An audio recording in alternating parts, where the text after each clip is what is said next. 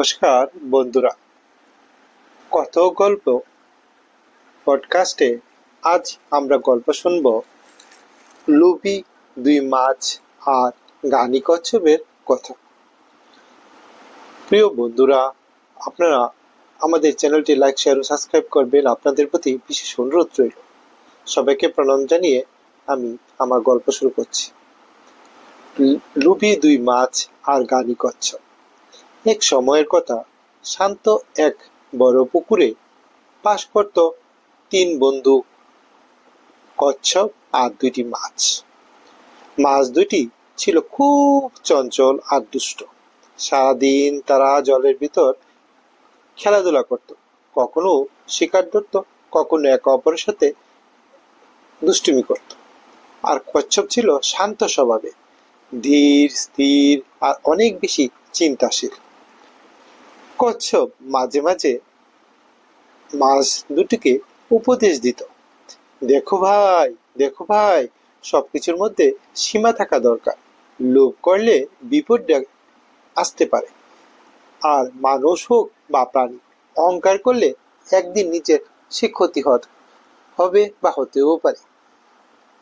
মাছ হেসে বলতো, আরে কচ্ছপ দা, তুমি এত বুড়ো হয়ে গেছো, সারাদিন আমাদের উপদেশ দিয়ে সময় নষ্ট করো। জীবনে তো উপভোগ করার জন্য, ভয় ভীতি নিয়ে কাটানোর জন্য নয়। আমাদের জীবনটা শুধু উপভোগ করব। একদিন পুকুরের ধারে কয়েকজন জেলে এসে বসলো। তারা জাল গুটিয়ে রেখে বলছিল, এই পুকুরে প্রচুর মাছ আছে, কাল সকালে বড় করে জাল ফেলবো, নিশ্চয়ই ভালো শিকার হবে। কচ্ছপ লুকিয়ে শুনলো সব কথা। তার বুক কেঁপে উঠলো। সে দৌড়ে মাছ দুই বন্ধুর কাছে গিয়ে বলল, শোনো শোনো মাছেরা, জেলেরা কাল আসবে। আমরা যদি এখান থেকে থাকি, না পালিয়ে যাই, তবে আমরা কেউই রক্ষা পাবো না। এক্ষুনি কোনো নিরাপদ জায়গায় চলে যাওয়া উচিত। প্রথমে মাছ একটু ভেবে বলল, তুমি যা বলছো তা ঠিক, আমি কালই পুকুর কাছে নদীতে চলে যাব। সেখানে অনেক জল, অনেক নিরাপত্তা। কিন্তু দ্বিতীয় মাছ গল্প করে হেসে উঠলো, আরে আমি কি এত সহজে মরবো নাকি? এই পুকুরে আমি রাজা। জেলেদের বোকা বানানো আমার কাছে খেলনার মতো ব্যাপার। আমি থাকবো এখানেই। কচ্ছপ আবার বোঝানোর চেষ্টা করলো, কিন্তু মাছটি শুনেইনি সেসব কথা। পরদিন ভোরে সূর্য ওঠার আগে সেই জেলেরা এসে জাল ফেললো। কচ্ছপ তখন আগেই সরে গিয়েছিল নিরাপদ গর্তে। প্রথম মাছটি বুদ্ধি খাটিয়ে ভোরে নদীর দিকে সাঁতরে পালিয়েছিল, কিন্তু যে মাছ অহংকার করছিল সে থেকেই গেল সেই জলে। জাল ফেলার সঙ্গে সঙ্গে সে ধরা পড়ে গেল।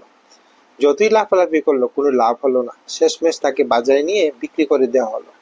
কচ্ছপ ধীরে ধীরে মাথা বের করে জলের উপর তাকিয়ে দীর্ঘশ্বাস শ্বাস ফেললো এবং বলল, দেখলে তো, জ্ঞানী পরামর্শ না শুনলে, অহংকার করলে শেষমেশে জীবনের বিপদ আসে এবং নিজেরই ক্ষতি হয়।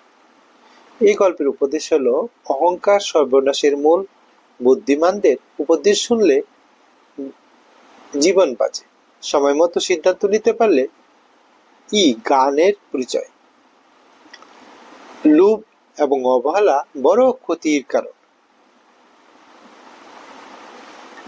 গল্পটা পড়া হয়েছে ফেসবুক পেজ থেকে, ফারেন ইয়াসমিন এর লেখা থেকে। সবাই ভালো থাকবেন। আমাদের এই ধরনের গল্প শুনতে চ্যানেলটি অবশ্যই সাবস্ক্রাইব করবেন। আপনাদের মূল্যবান মতামত আমাদের কমেন্ট বক্সে জানাবেন। সবাই খুব ভালো থাকবেন, খুব ভালো থাকবেন।